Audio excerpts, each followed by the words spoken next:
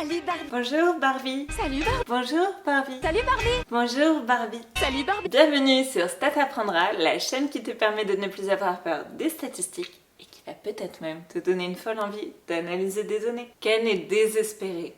Il a voulu se mettre à R. Le problème, c'est qu'il y passe beaucoup de temps. Il se retrouve pas beaucoup. Bref, c'est la galère. C'est impossible. Heureusement, Barbie est là pour l'aider et lui partager ses meilleures astuces. Pour utiliser R de manière efficace, la première étape, ça peut être de créer un projet. Allez les filles, c'est parti. L'intérêt de créer un projet, c'est la reproductibilité. Le principe d'un projet R est de rassembler tous les éléments du projet au même endroit. Ça peut être ton espace de travail, l'historique des commandes, les variables d'environnement et aussi les options sur R. Créer un projet R, c'est simplement créer un dossier où R ira chercher de manière prioritaire tes tableaux, tes scripts, etc. L'avantage, c'est que ce dossier R, tu pourras l'envoyer à un collaborateur qui n'aura pas à faire de modifications, qui n'aura pas à changer, par exemple, l'arborescence d'accès au fichier. C'est plus facile pour lui. Pour créer un projet R, tu vas dans File, puis New Project. Là, j'ai rien à sauver. Puis New Directory, New Project. Et là, le nom que je veux lui donner, c'est le projet de Ken, donc Ken. J'enregistre dans mes documents, sinon je peux changer avec la fonction Browse. Ensuite, j'ai fait Create Project. Voilà, il m'a créé un nouveau projet. Donc, si tu l'as bien créé, tu as cette espèce d'icône en 3D. Ça m'a créé un dossier Ken. Si je clique dedans, je me retrouve bien avec l'icône. Tu peux ensuite déposer tous tes scripts dans le dossier en question. Quand tu quittes R et que tu veux revenir au point de départ, à savoir la session d'avant, il te suffit de cliquer sur l'icône en 3D de ton projet.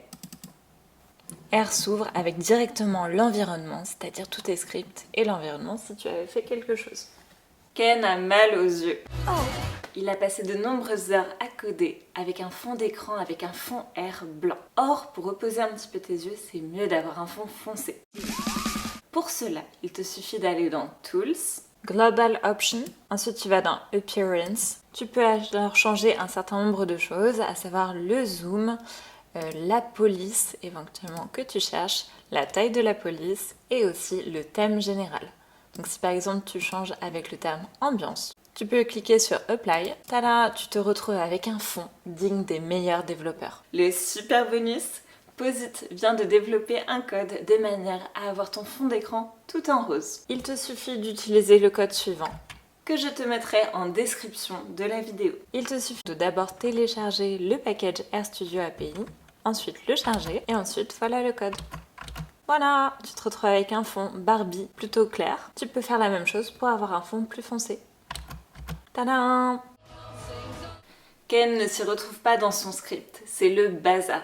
Barbie lui conseille d'ajouter des sections dans son script de manière à délimiter les grandes parties de son analyse. Pour cela, il te suffit d'aller dans Code, puis Insert Section et de taper le nom de ta section.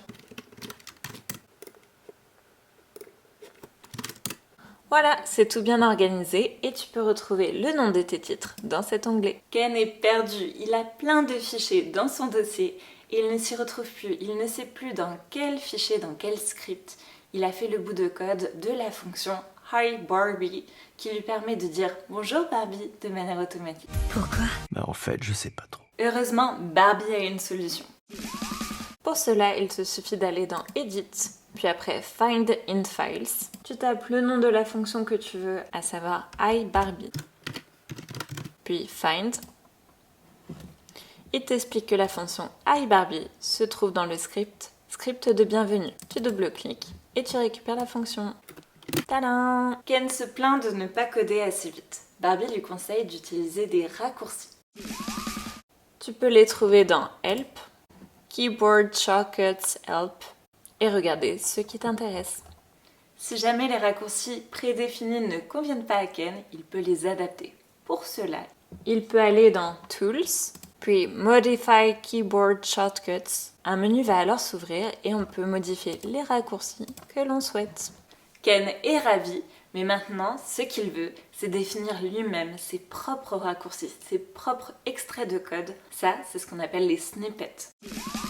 C'est un code très court qui accomplit une tâche spécifique. Il en existe déjà de préécrites. Par exemple, si tu tapes for et ensuite tu presses la touche tabulation, Tu te retrouves déjà sur une fonction préécrite où tu peux modifier le nom de la variable, le vecteur et modifier tout ce que tu veux. Pour encoder toi-même, tu vas dans Tools, puis Global Options, puis tu vas aller dans Code, tu vas à la fin, à savoir la section Snippets, Edit Snippets. Tu as le code de toutes celles qui existent déjà et tu peux rajouter une qui t'arrange. Pour cela, il te suffit de précéder le nom de ton raccourci par snippet, puis ici le nom du raccourci, Canon, et ensuite le raccourci en question. Ensuite, tu sauvegardes, tu fais OK, et quand tu retournes sur R, tu as juste à noter le nom de ton raccourci, à savoir Canon, tabulation, et tu as le bout de code que tu avais écrit. Et donc bien sûr, tu peux le faire avec des codes beaucoup plus longs. C'est hyper pratique si tu as tendance à toujours utiliser plus ou moins le même type de code, la même structure. Ça te permet de ne pas réécrire le même code à chaque fois. Ken a fini son script, mais il n'a pas respecté l'indentation. Catastrophique!